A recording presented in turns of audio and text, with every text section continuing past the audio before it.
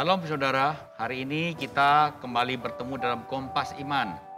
Dan saya Tony dan hari ini saya ditemani oleh Ibu Yuli Teddy dan narasumber kita hari ini adalah Pendeta Chandra Gunawan.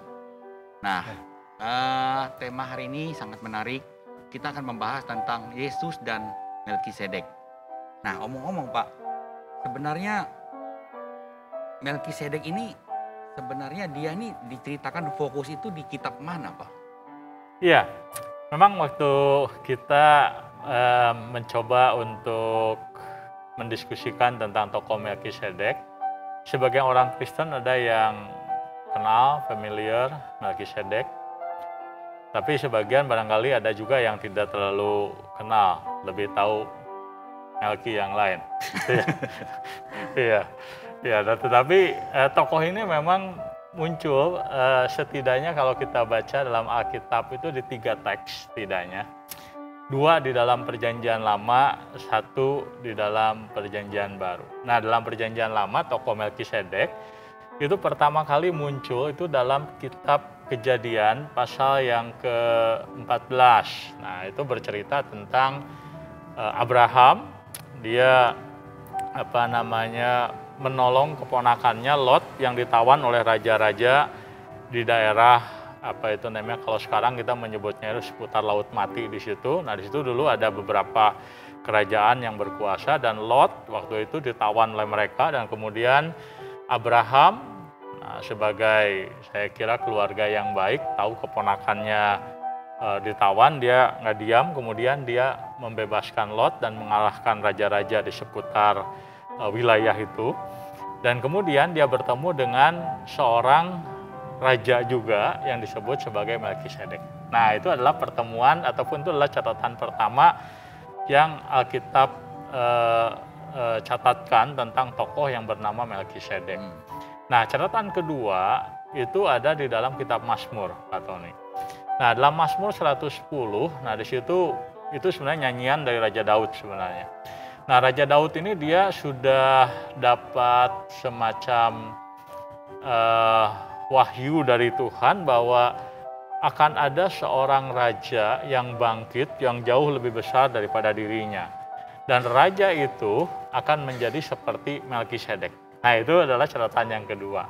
Nah, baru catatan ketiga yang paling terkenal memang di dalam kitab Ibrani, dalam surat Ibrani. Nah, kalau membaca Ibrani pasal yang ke-7, nah, di situ memang diceritakan mengenai sosok Yesus yang disamakan dengan tokoh yang disebut dengan Melkisedek.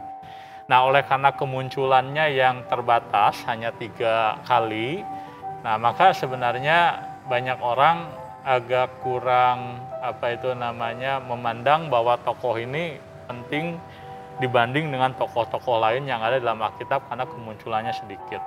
Kalau Musa kan banyak dibicarakan, begitu ya. Daud apalagi, begitu ya. Bukan cuma istrinya yang banyak, tapi catatan tentang dia juga banyak, gitu ya. Nah, jadi itu adalah teks-teks yang ada di dalam Alkitab yang berbicara tentang tokoh Melkisedek, begitu. Ya. Kisahkan di dalam Alkitab bahwa Raja Melkisedek ini tidak memiliki ayah dan ibu. Padahal kan kita tahu di dalam dunia ini setiap kita pasti punya ayah dan ibu. Nah, bagaimana apa yang bisa kita dapatkan dari cerita tentang Melkisedek ini, tentang dia tidak mempunyai ayah dan ibu? Iya, memang di dalam catatan Perjanjian Baru dalam kitab Ibrani menarik sekali bahwa Melkisedek ini dikatakan tidak berbapak, tidak beribu, dan nggak punya silsilah. Dia bukan sebatang kara gitu ya, maksudnya lahir nggak punya bapak. Tapi memang ini tokoh yang unik sekali oleh karena orang bertanya-tanya siapa tokoh ini. Karena di dalam pemikiran kita semua orang punya ayah dan ibu. Bapak punya ayah dan ibu kan, saya punya ayah dan ibu. Semua yang namanya manusia punya ayah dan ibu. Hanya Yesus yang dilahirkan dari seorang perawan Maria, ayahnya tapi bukan ayah biologis. Nah, kalau kita melihat di dalam Alkitab yang disebut tidak kawin dan tidak dikawinkan cuma malaikat. Nah, sehingga itu menimbulkan semacam interpretasi apakah sebenarnya Melkisedek ini manusia ataukah bukan. Begitu ya. Kalau bukan manusia siapa? Nah, kalau bukan manusia ya barangkali kita bisa duga mungkin dia malaikat atau mungkin dia juga Tuhan sendiri gitu. Karena yang nggak punya bapak dan ibu ataupun yang tidak dilahirkan itu hanyalah malaikat atau Tuhan sendiri. Nah, tapi ada persoalan sedikit. Kalau kita membaca dalam kitab Ibrani, khususnya kalau kita membaca Ibrani pasal yang ke-7 itu, nah di situ dikatakan bahwa Melkisedek itu dijadikan anak Allah.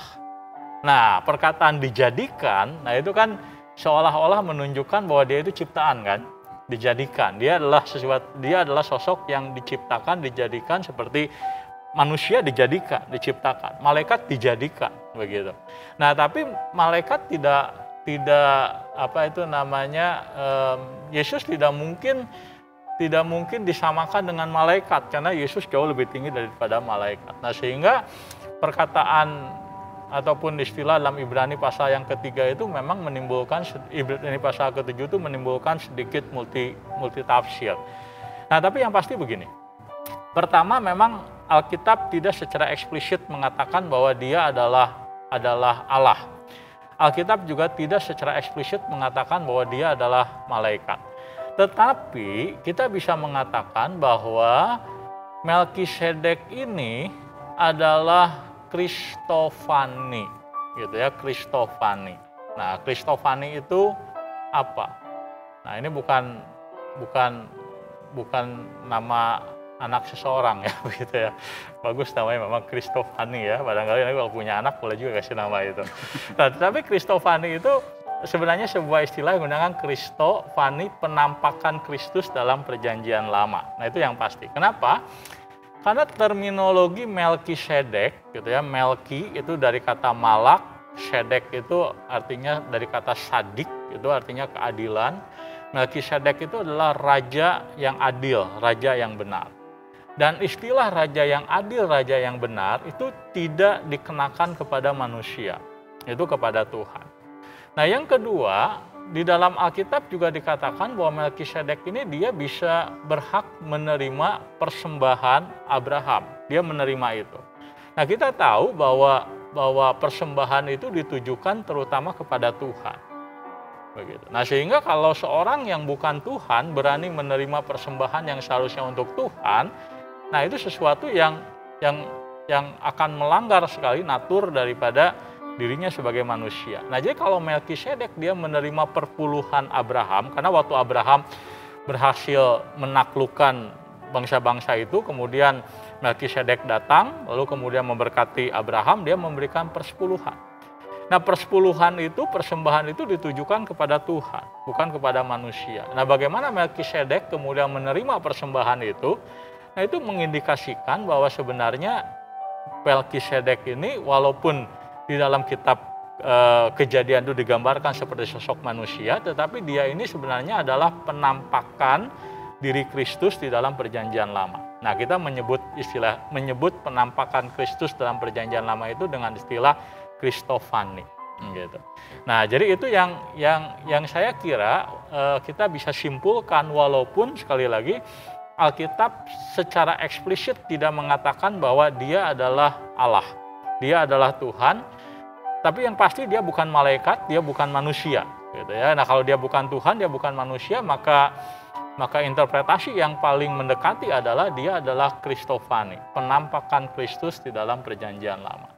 Nah, begitu kurang lebih Melkisedek di dalam tradisi iman Kristen sebenarnya dipandang begitu. Iya.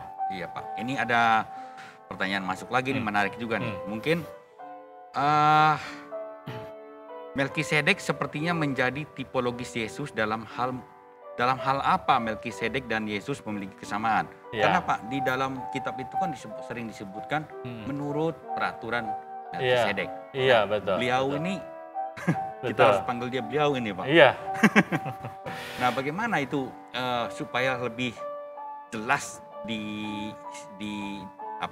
disampaikan kepada jemaat kita nih supaya jelas nih ada antara perbedaan dan kesamaan yang secara gampang dijelaskan.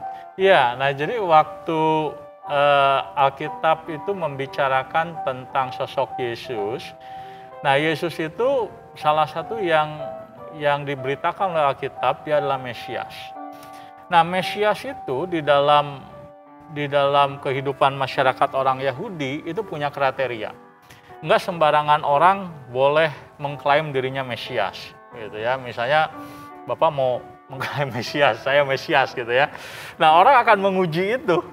Nah, diujinya bagaimana? Nah, diujinya adalah ada kriteria Mesias. Pertama, apakah dia keturunan raja? Gitu. Nah, jadi Mesias adalah lahir dari keturunan Daud, jelas.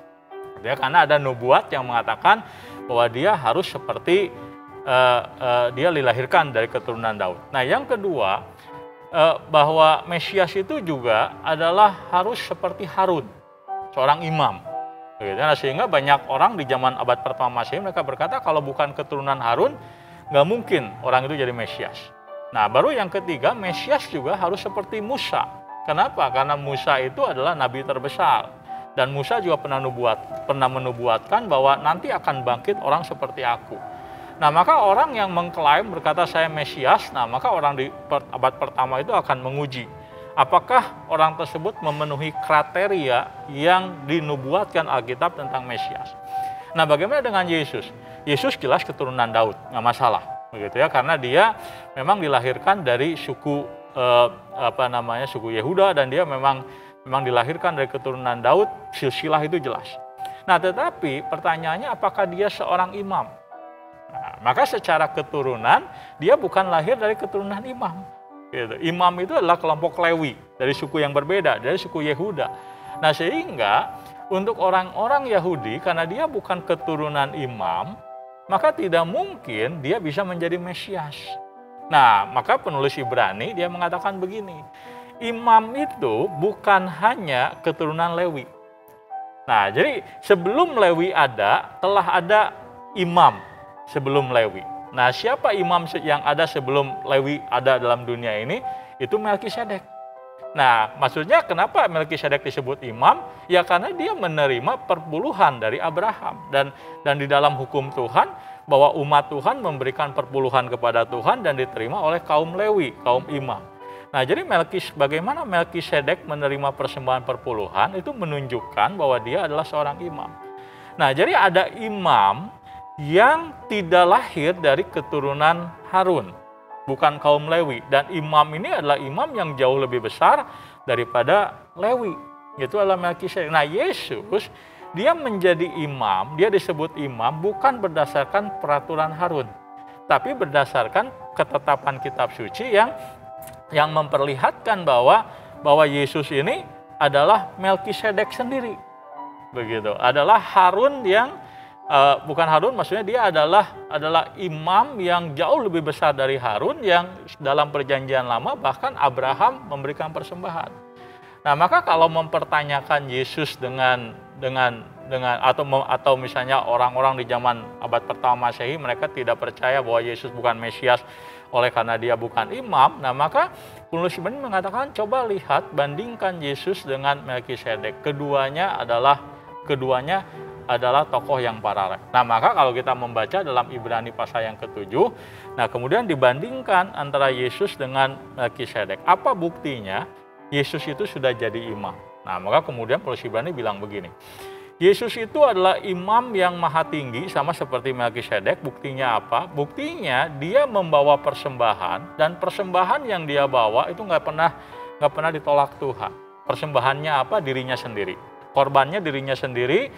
Dan untuk persembahan itu bisa diterima Tuhan, syaratnya dua. Satu, korban harus sempurna. Yang kedua, yang membawa korban harus sempurna. Nah, maka korban itu bisa diterima oleh Tuhan. Nah, dalam perjanjian lama tidak ada imam yang persembahannya betul-betul diterima Tuhan. Buktinya apa? Orang Israel berulang kali kasih persembahan kepada Tuhan, itu artinya bahwa persembahan mereka nggak pernah cukup memuaskan Tuhan. Nah, beda dengan Yesus. Nah, Yesus itu dia membawa dirinya sendiri, dia adalah imam, dia membawa dirinya sebagai korban, dan ketika dia mati mengorbankan dirinya sebagai kurban, itu hanya berlaku satu kali saja. Itu menunjukkan bahwa kurban dia jauh lebih besar daripada kurban yang diberikan oleh imam-imam Lewi. Dan itu menunjukkan bahwa Yesus adalah Mesias dan dia mampu memenuhi tuntutan bahwa Mesias itu harus seorang imam. Nah, jadi di situ sebenarnya pentingnya tokoh Melkisedek. Gitu. Jadi Melkisedek ini dia adalah kita menyebutnya itu sebagai prototype atau tipologi. Nah, tipologi itu maksudnya itu adalah model awal gitu ya, untuk menggambarkan imam yang sempurna itu seperti apa. Nah, itulah sebabnya maka di dalam Alkitab tokoh Melkisedek kemudian dibicarakan. Kenapa itu penting? Karena tokoh inilah yang kemudian menjadi model dasar untuk keimamatan Yesus sebagai salah satu syarat dari sosok Mesias yang dijanjikan Alkitab. Ya, kurang lebih demikian. Satu lagi Pak, kalau dicatat itu sangat penting untuk menggambarkan tentang hubungan bagaimana Melkisedek ini menggambarkan juga nantinya tentang Kristus, tentang karyanya nanti sebagai seorang imam. Kemudian diceritakan lagi di PL dengan kemudian diungkit lagi juga di dalam PB itu sebenarnya apa sih gitu yang ingin benar-benar disampaikan secara keseluruhan di dalam cerita tentang Melkisedek ini? Iya, nah ini memang penting sekali. Kenapa? Karena waktu kita berbicara mengenai Kristus, nah Kristus itu dia punya 3 peran. Peran dia sebagai raja, peran dia sebagai imam, dan peran dia sebagai nabi. Nah, 3 peran ini adalah tiga peran yang dipegang oleh pemimpin bangsa Israel, gitu ya. Misalnya Musa, tadi saya menyebut dia adalah seorang nabi terbesar. Lalu seorang imam juga Harun, gitu ya, dan tadi saya menyebut raja yaitu Daud. Nah, jadi Mesias harus memenuhi 3 peran ini dan Yesus memenuhi 3 peran ini. Nah, pertanyaannya adalah ini sesuatu yang menarik, apakah 3 peran ini sesuatu yang penting untuk kita atau itu hanya sebatas pengetahuan? Yang penting Bapak tahu, kita tahu Yesus itu raja, Yesus itu imam, Yesus itu nabi, sudah selesai. Nah, tapi sebenarnya yang jauh lebih penting adalah bahwa di dalam iman Kristen, kita ternyata belajar bahwa 3 peran Kristus ini dilanjutkan. Gitu ya, dilanjutkan role-nya kepada siapa? Kepada kita. Ya, kepada orang-orang percaya. Nah, jadi orang-orang percaya, kita bukan raja. Kita bukan nabi. Kita juga bukan bukan imam. Ya, jadi jangan, maksud saya kita harus berhati-hati untuk tidak memanggil orang dengan sebutan Nabi A, Nabi B, karena kita bukan Nabi begitu ya. Nah, jadi Nah, tapi role yang Kristus telah penuhi sebagai Nabi, bagaimana dia memperlihatkan Allah kepada manusia seperti apa, sebagai seorang imam, bagaimana dia menjembatani manusia dengan Allah, dan juga sebagai seorang raja, bagaimana dia menghadirkan pemerintah Allah dalam dunia. Nah, peran itu didistribusikan. Bahwa kita harus menunjukkan kepada dunia mengenai peran Kristus melalui kehidupan kita. Nah, maka kita bukan Kristus, tetapi kita mewakili Kristus di dalam memperlihatkan misalnya pemerintahan Allah. Ya, peran Kristus sebagai raja, bahwa dia berkuasa atas segala sesuatu. Nah, itu harus ditunjukkan melalui kehidupan orang percaya yang ditundukkan kepada pemerintahan Allah, begitu ya. Nah, begitu juga misalnya peran Kristus sebagai seorang nabi, bagaimana Kristus memperlihatkan Allah kepada manusia.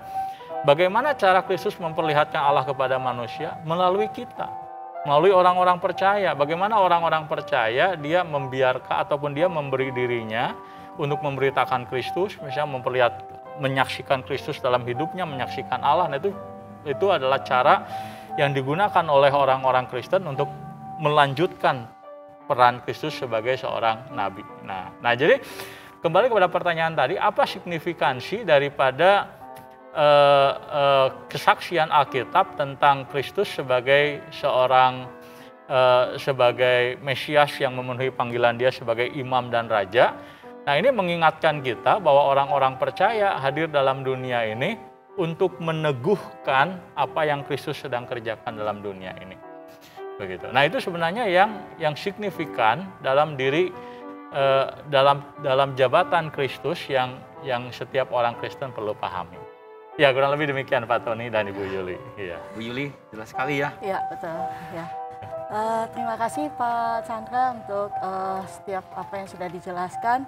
Dan demikian Kompas Iman edisi kali ini. Kiranya rekan-rekan, sahabat daripada Kompas Iman boleh tetap terus menyaksikan konten pembinaan Hosana ini, dan sampai ketemu di lain kesempatan. Tuhan memberkati. Tuhan memberkati.